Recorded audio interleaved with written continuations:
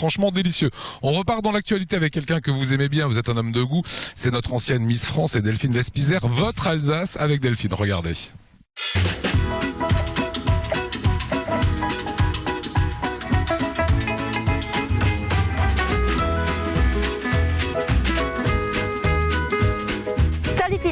Aujourd'hui nous sommes à Ostheim et je vous emmène à la rencontre d'Olivier. C'est un sapeur-pompier volontaire qui a une particularité très sympathique, vous allez voir.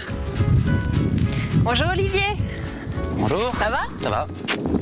En plein travail déjà? Ah oui, on vérifie le matériel. Ça fait combien de temps que tu es pompier? Alors j'ai commencé à l'âge de 16 ans, donc sans dire mon âge, ça fait une quinzaine d'années que je suis sapeur-pompier volontaire. Qu'est-ce que ça t'apporte d'être pompier? Je dirais c'est de vivre des situations un petit peu hors du commun. On intervient la nuit, on va au travail le matin à 8 h, voilà, c'est un rythme un peu particulier qui m'a plu, quoi. Et puis je pense qu'il plaît aussi à mes collègues, c'est pour ça qu'ils sont parmi nous, quoi. Vous êtes à combien ici dans cette caserne, d'ailleurs, qui est très très jolie, très rustique, c'est chouette. Très rustique, oui, donc on a une trentaine de sapeurs-pompiers, tous volontaires, à Ostheim. Sur un mois, on peut être à 300-400 heures d'astreinte pour les plus disponibles. Et ensuite, il y a tout l'aspect formation qui prend beaucoup de temps aussi. Il y a tout un panel de formation, aussi bien au niveau du secours à personne, de l'incendie ou des interventions diverses. Et ensuite, on a des équipes spécialisées aussi. Alors, je sais que parmi toutes ces formations, il y en a une que tu as faite qui m'intéresse particulièrement. Alors, c'est certainement la formation cynotechnique, je pense. Donc, c'est faire partie d'un binôme maître plus son chien. Oui. Et donc, on est amené à intervenir pour des recherches de personnes ensevelies ou égarées. Alors, comment s'appelle ton compagnon? Falco. Il est là avec toi? Il est là, oui. Falco, viens. Ah! C'est bien loulou. Ah oui, il est joli, dis donc. Falco est un berger allemand. Berger allemand, de quel âge? Il a 3 ans. Et comment t'es venue cette passion pour les chiens et pour le travail avec un chien? En 2009, avec ma compagne, on a fait l'acquisition d'une petite chienne Golden Retriever croisée. Ouais. Et j'ai réussi à combiner cet amour pour les chiens et la passion de sapeur-pompier. C'est vraiment un travail d'équipe alors? Ah oui, oui, et puis la plupart du temps, c'est le maître qui a besoin de plus de formation que le chien, parce que le chien apprend beaucoup plus vite que le maître. Et on pourrait voir comment ça se passe? Bah écoute, ce que je te propose, c'est qu'on se mette un habit de travail et puis on va faire un petit exercice ensemble. Ah chouette, avec plaisir. Ça fait combien de temps que tu travailles avec Falco? 3 bonnes années qu'on travaille ensemble. Avec lui depuis que je l'ai eu, donc depuis qu'il a 5 mois. Ouais. Donc ça fait 3 bonnes années qu'on travaille ensemble.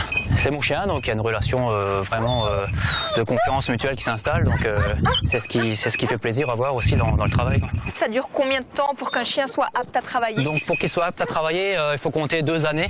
Et en fait, on lui apprend le travail par le jeu depuis qu'il est tout chiot. Par exemple là, il est équipé du harnais, donc il sait qu'il va travailler. Donc il est impatient, c'est pour ça qu'il fait tous ces petits bruits. Alors est-ce qu'on pourrait voir comment ça se passe quand il est au travail justement? Ouais, donc on va prendre l'exemple du château Saint-Ulrich où on se trouve aujourd'hui. Ouais. Donc on va partir sur le concept d'une personne qui a disparu aux abords du château. Donc on ne sait pas si elle est égarée en forêt ou si éventuellement elle est tombée d'un rempart. Donc on va utiliser le chien justement pour localiser cette personne déjà plus rapidement qu'un être humain pourrait le faire. Et si elle se trouve dans un endroit un petit peu incongru, le chien va la détecter par l'odeur. Est-ce que le chien doit connaître l'odeur de la personne qu'on cherche? Pas du tout. Donc le chien il est formé à rechercher simplement une odeur humaine dans un certain environnement. Donc là vous avez vu qu'il y a pas mal de promeneurs. Donc le chien c'est pour ça qu'il s'intéresse à eux, puisque pour lui potentiellement c'est des gens qui vont jouer avec lui. Oui. Donc à nous de faire la différence entre une personne qu'on a identifiée qui se promène et de remettre le chien au travail pour trouver la personne qui manque à l'appel. Il faut faire quoi? Il faut le lâcher totalement? Donc on va le lâcher. Donc déjà je vais m'équiper du casque. Donc lui il va se reposer un petit peu en étant assis. Et donc comme vous l'entendez, il sait qu'il est au travail. On va le motiver un petit peu. Oui, on cherche. Hein, va chercher. Cherche à boire. Donc là, en fait, il prend les odeurs qui lui parviennent par le vent. Donc il essaye de détecter une odeur et au fur et à mesure, il s'oriente vers la source la plus forte de l'odeur.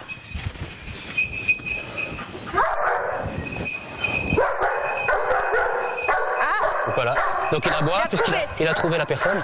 On lui apprend dans sa formation à aboyer pour avoir son jouet. Donc là, comme on est en exercice, donc la personne qui joue le victime a le jouet sur elle. Donc le chien sait que pour avoir son jouet, il faut qu'il aboie. Et tant qu'il n'a pas son jouet, il aboiera. Donc c'est ce qui nous permet à nous, si on est un peu plus loin, de localiser le chien par le son et d'arriver à la victime. Super.